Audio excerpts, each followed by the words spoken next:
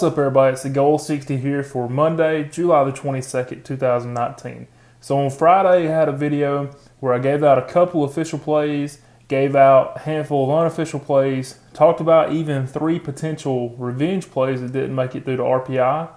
Ended up everything throughout the weekend, no matter what the side that we would have been on, cashed. So a really good weekend for the systems, what they put out, and we'll talk about all that and also what's starting up today right after this.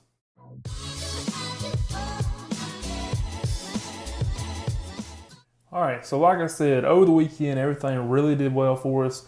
I was going to make a video on Saturday, but turned out the line for the Angels didn't come out till way late in that evening, even though it was the last game on the list to play.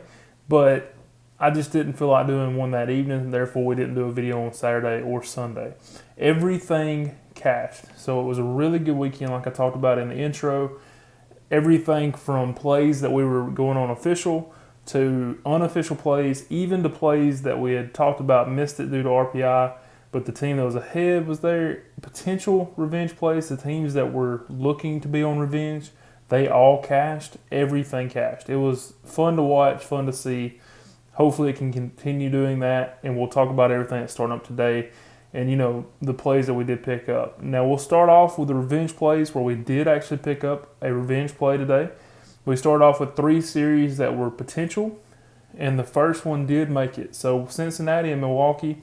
Milwaukee's the team that we're looking here at .500. Cincinnati Reds come in on RPI, and then Milwaukee comes in at .514. So obviously we have to be within 15 points below or any amount above, and we're above, so it didn't matter what the RPI said. It could have been 520, it could have been 501. As long as we're above or no more than 15 points below the other team, we're good. You look at price here, and Milwaukee is a -130 favorite, and therefore they become a team that we pick up as an official play.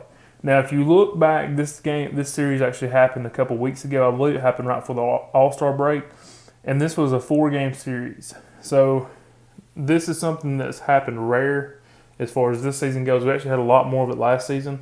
And the way we picked up this revenge play, if you don't remember me talking about it in the preseason videos, was you have to have 3 games or the last 3 of a 4-game series. And that's exactly what happened here. Was Cincinnati won the last 3 games of that 4-game series. Milwaukee actually won the first one, but 3 consecutive times after that, Cincinnati has won, and therefore we pick up a revenge series here. Now, the 2 series that didn't make it, we were looking for Toronto against Cleveland. Too far. They're .465, Cleveland at .498. Too big a gap. And then Oakland against Houston. Oakland is the team here. It didn't make it on the 15-point differential, nor did it cut the top 3. So Houston was in the top 3. Of course, we don't go against a team in the top 3 of the RPI. So therefore, they didn't make it either. Now, as far as RPI system goes, we actually did pick up 2 plays, and we'll get into those first.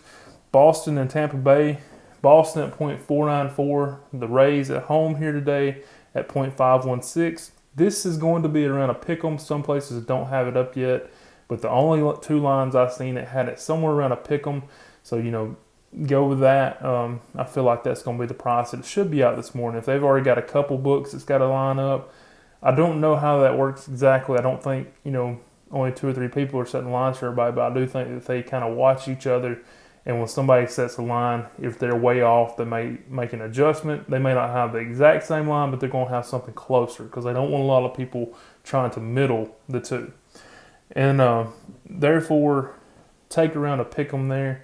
And then the other game is the Yankees and the Twins. The Yankees are in the top 3 at .531, while the Twins are at .517. So you obviously look at the Yankees here, and it's around the pick 'em. It's -111 right now. So take the Yankees. Sabathia is pitching for them. They are on the road. It's a pick 'em game. It's a good price for us. Let's just pay attention to the numbers and not worry about who's pitching or who's out or anything. And by the way, that fastball that Luke Voigt took off the chin and stayed in the game, that's a man beast right there. I mean, there's no way. I'd been in the fetal position right there beside home plate crying about that fastball hitting me in the face. He stayed in the game, and that's all I got to say about that. We did have two unofficials picked up today. Arizona is the first one at .513, where Baltimore's in the bottom three at .460. You look at the price, and this is why it's an unofficial play, and it is because it's minus 231, so way too expensive. And then last we got Texas and Seattle. Texas is at .503, Seattle at .484.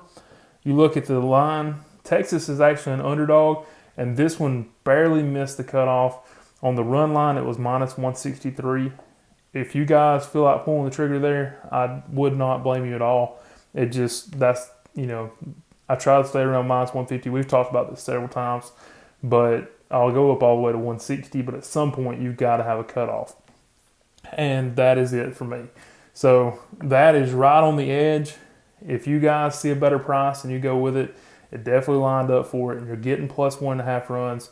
There's definitely value there. I feel like, personally, and I may be completely off on this, but I feel like in baseball, this year I know there's been a lot of hits and a lot more games where there's not as many one-run games.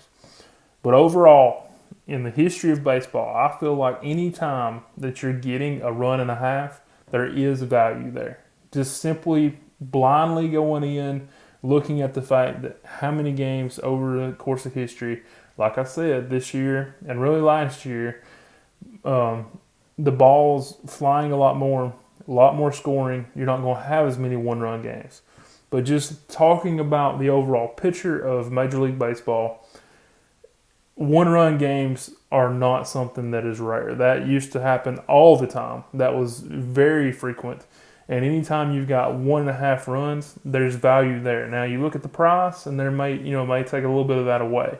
But just like I said, blindly looking at it, there's going to be value when you have plus 1.5 runs.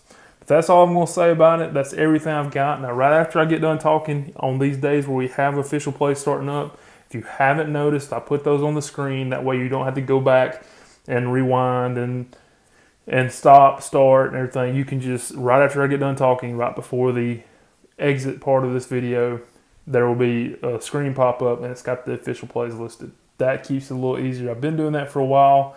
Thought that a lot of people had seen it, and then I started getting a couple messages about, hey, we really can't keep up with you. And I know I jump around a lot, but it's that's just how I do things. And it's like a organized chaos, I guess you could say, because I stay very organized, but I do jump around a little bit when I talk. And I do put that up there just so that you don't have to watch back to the video. You can stop it there right at the end and see what the official plays were. But with that said, I appreciate you taking your time to watch this. Have a great Monday. Let's get this week started off right. And I will see you tomorrow. Thanks.